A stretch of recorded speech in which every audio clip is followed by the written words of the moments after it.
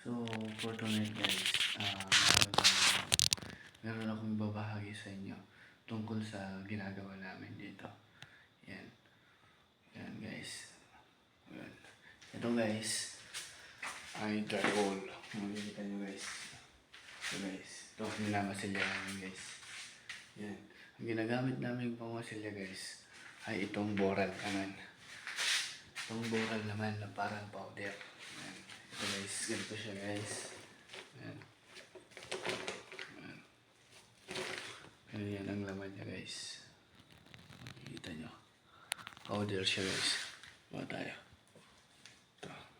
Ito guys. Yan. At ang ano yan guys, ang mixture na yan guys ay tubig. Alam nyo ba yung parang gumawa ng pandesal, yung arena? Ganun ang mixture niya guys. Malambot siyang ipahid. Yung sakto lang yung niya, yung tubig niya. Yan. So explain ko guys. Itong walling na to, kaya ganito. Itong walling na to guys ay tinatawag nilang drywall. Yan, drywall po to guys. Pag nabasa ito, yung tubig dito guys ay hindi na siya aalis. Mamanatili na siya dito hanggang masira tong wall na to. Sumasagip-sip siya dito. Ang pagkaiba naman dito sa guys, sa gypsum board, yung gypsum board naman guys, na pagkakaalam natin ay siya, chok siya.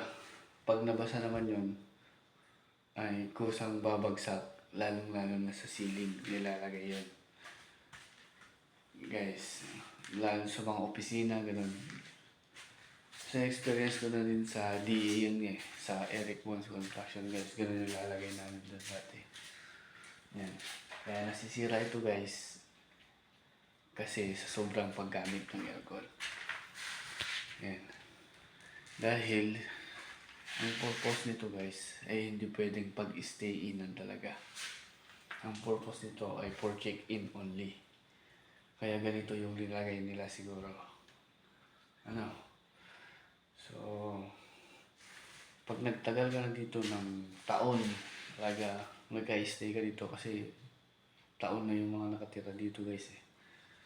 Talagang masisira talaga na dito guys.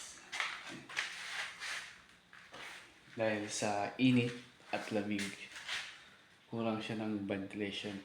Kung may tatanong nyo guys kung ano ito, fiber foam. Ang fiber foam naman guys ay ginagamit nila pang soundproof para hindi mo maririnig ang ingay mo sa kabilang kami. Lahat yan guys na walling na yan ay may ganito. At ingat-ingat lang guys kasi pag napunta tayo pag damit nyo ay sobrang kati nito guys. Itong fiber foam na yan. Yan. At ang ginamit na guys, pinangkabitan itong walling na to ay C4 lens na makapal. 0.12 ara to guys, or 4.9 or 10. Yan. Pero sure. Yan guys. Lahat yan guys sa taas, yan ay puro drywall lahat yun guys. Oo. Para siyang wood talaga. 3/4 ang kapal. Tapos, di ba, yung wall na to guys, drywall na to ay nanggaling sa China. Ang ipapalit naman namin guys, dito ay Hardiplex. Yan. Hardiplex po yung papalit namin dito. So, abangan nyo sa susunod na araw na videos natin guys kung paano tayo magkabit ng Hardiplex naman. So, bali ito yung mga electrical wirings nila guys. Ayan. Ito. Ayan. Pero kung natatanong nyo guys, hindi po Pilipino ang gumawa nito o may plano.